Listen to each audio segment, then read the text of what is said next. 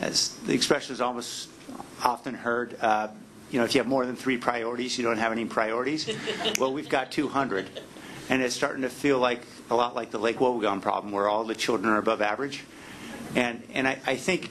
it's also creating a lot of resistance, obviously, in the community, because we typically think of priority development areas as areas where you're going to invest a lot of housing and a lot of transportation dollars and a lot of development. And frankly, a lot of these communities don't want all that. And I'm wondering, is it time for us to start thinking about another designation so we can really talk about priority development areas being the places where we want to put a lot of housing and development, and the other places as other places where we just want to plan for whatever it is people want to plan for there. I just think we need, maybe it's different nomenclature, maybe it's, we need to think differently about this, because I don't think these are really priority development areas, and I don't think most of the people around the table believe that. Member Kaplan and then Vice President Pierce. Thank you for this, and thank you for the clarification that all of the items in this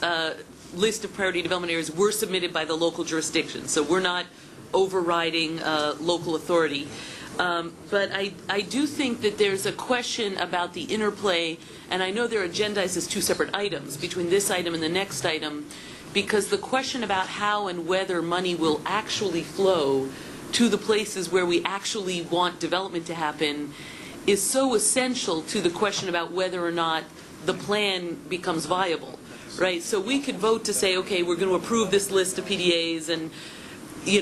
that feels like the less critical decision. But if the money doesn't actually flow to them, then we're not going to really accomplish the goal in terms of being able to generate the infrastructure to support the type of smart growth development we're trying to support. And I think Councilmember Liccardo makes a good point that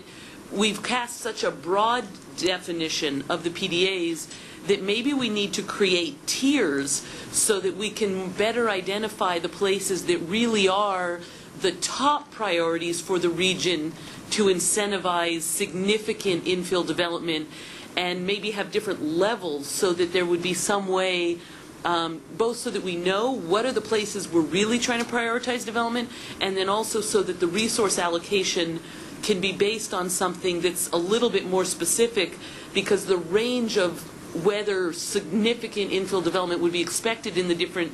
PDAs is such a broad range that merely being in or out as a PDA doesn't give a good enough guide to where we really need to put the resources. So maybe we need like level 1, 2, and 3 in terms of the intensity or the magnitude of the intended development for each of the areas, or some better way to focus the resources to incentivize that.